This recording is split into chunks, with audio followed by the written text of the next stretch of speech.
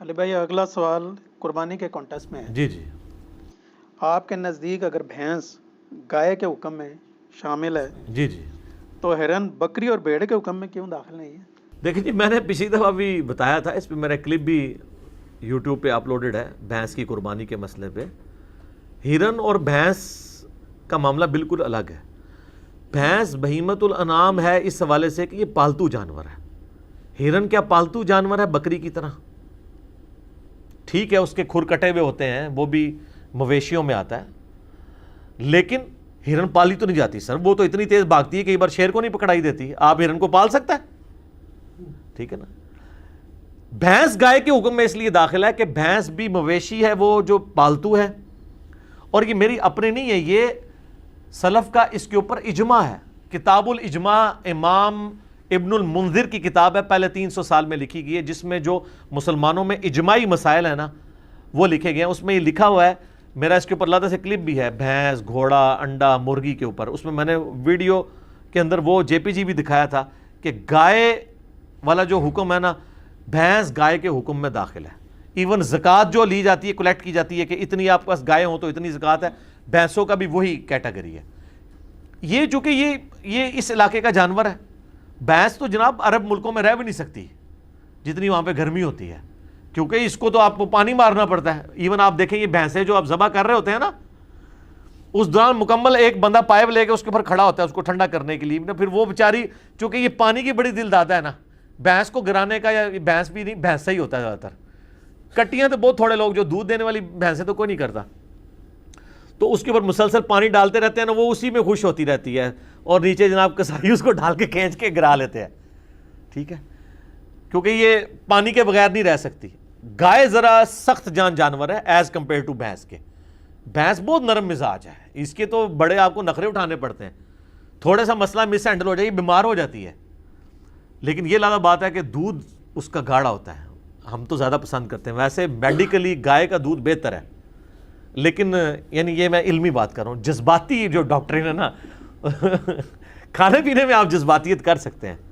تو مجھے تو گائے کی دودھ پتی کا مزہ ہی نہیں آتا. بھینس کے دودھ کا جو مزہ ہے، اس کی ملائی کا جو مزہ ہے، یہاں پہ آپ جذباتی ڈاکٹرین چلا سکتے ہیں، لیکن اتنی نہ ہو کہ کولیسٹرول آپ کا بڑھ جائے. تو اس لیے گائے کے حکم میں بھینس داخل ہے قربانی کے اعتبار سے. ہرن چونکہ ایک قسم کا جنگلی جانور ہے، اگرچہ وہ مویشی ہے، دودھ دیتا ہے، لیکن بکری کے اس طرح قریب نہیں. بکری کے جو قریب چیز تھی وہ نبی علیہ السلام نے بیان کر دی.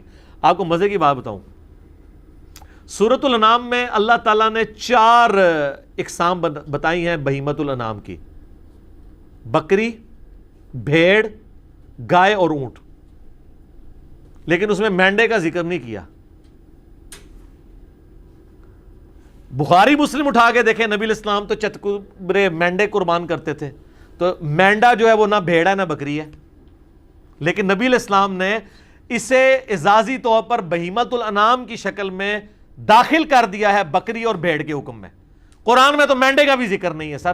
اگر کوئی کہتا نا 4 کے علاوہ ہوتی نہیں قربانی، تو نکالے مینڈا کہاں سے آیا؟ وہ بخاری مسلم سے آیا. تو نبی علیہ السلام نے کیا معاذ اللہ اس کو چینج کر دیا قرآن کو؟ نہیں، آپ علیہ السلام نے اس سے بھیڑ بکری کے حکم میں داخل کیا.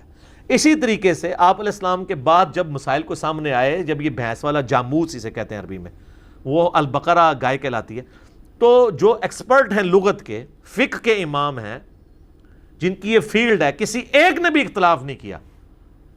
اب 14ویں صدی میں آگے چند اہل حدیث اس مسئلے کو لے کے تو گھسیٹ رہے ہیں، سارے اہل حدیث بھی نہیں، اور کہہ رہے ہیں جی جاموس جو ہے وہ پاک تو ہے، اس کا گوشت بھی حلال ہے، لیکن قربانی نہیں ہوگی.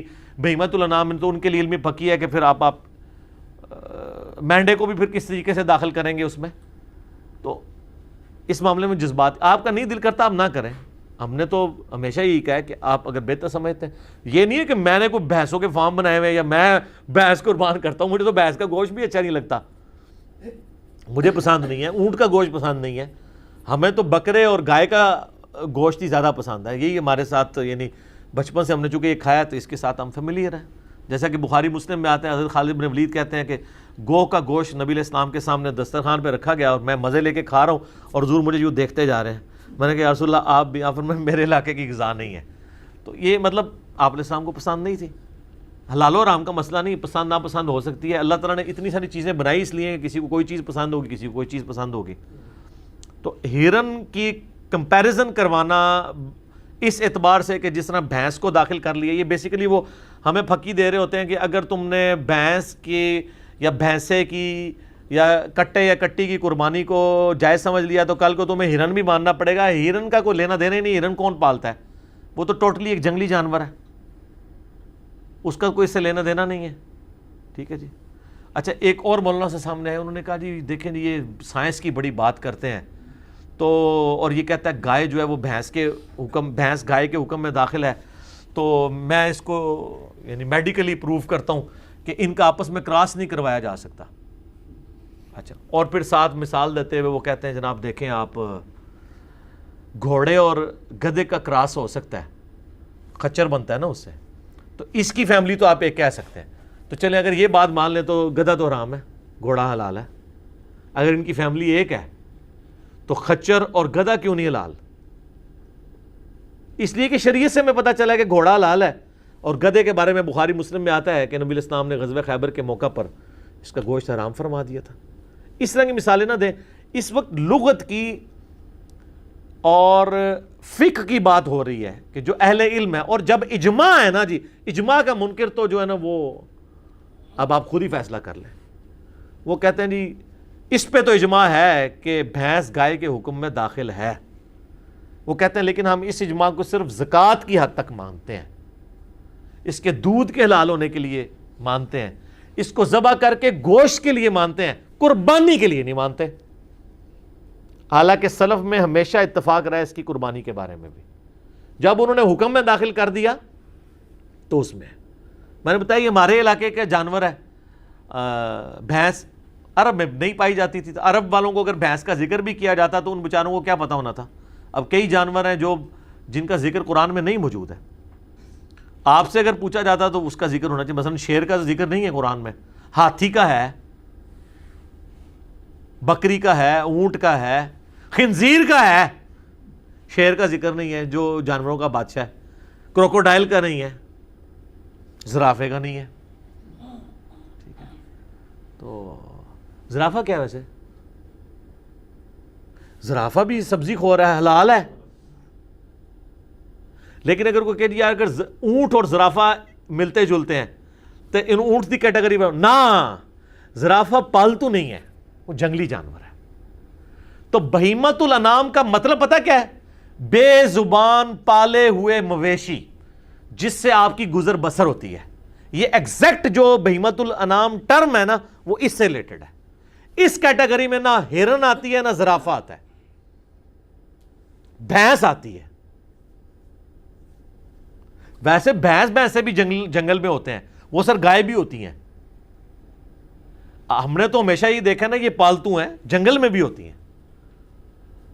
میں یعنی ایسے جنگلات کے اندر گیا ہوں کہ جہاں پہ انہوں نے یعنی گائے چھوڑ دی ہیں. اب وہ اتنی زیادہ گائے بن چکی ہیں سر، وہ گائے کو پکڑ ہی نہیں سکتا. شیر کو پکڑنا اس گائے کو پکڑنا برابر ہے. یہ والی گائے تو اتنی تیز بھاگ نہیں سکتی، وہ چونکہ جنگلوں میں خود رہی ہوئی ہیں. تو ایون جنگل میں مرغے بھی ہوتے ہیں، آپ کو پتہ ہے. یہ ہمارے والے جو پالتو مرغے ہیں اس میں اور ان مرغوں میں بڑا فرق ہوتا ہے. اچھا، بعض لوگ یہ پوچھتے ہیں کہ مرغی قربانی کیوں نہیں ہوتی؟ بھئی مرغی حلال ہے. حلال ہر حلال چیز کی کوئی قربانی کا معاملہ تو بالکل الگ ہے. وہ تو انڈا بھی حلال ہے، اس کی بھی قربانی نہیں ہوگی، لیکن ویسے صدقہ کر سکتے ہیں آپ. مرغی کو آپ ویسے ذبح کر سکتے ہیں. وہ بہیمۃ الانام میں نہیں آتی ہے، مویشی نہیں ہے. وہ تو میمل ہے ہی نہیں ہے نا، وہ تو انڈے دیتی ہے نا. میملز تو وہ ہیں جو بچے دیتے ہیں اور دودھ پلاتے ہیں اپنے بچوں کو، جس طرح یہ مویشی ہیں. تو اس لیے یہ دو ڈیفرنٹ چیزیں. اچھا ہو گیا اس کو کلیریفائی کر دیے. باقی ہم نے علمی دلائل رکھنے تھے، آپ کی مرضی. ہم نہیں آپ کو زبردستی کہتے کہ آپ بھینس کریں، نہ میں خود کرتا ہوں. ہم تو بکرے ہی کرتے ہیں. آپ گائے کریں، بکرا کریں، اونٹ کریں، لیکن اس کے اوپر فتویٰ نہ لگائیں. ٹھیک ہو گیا جی.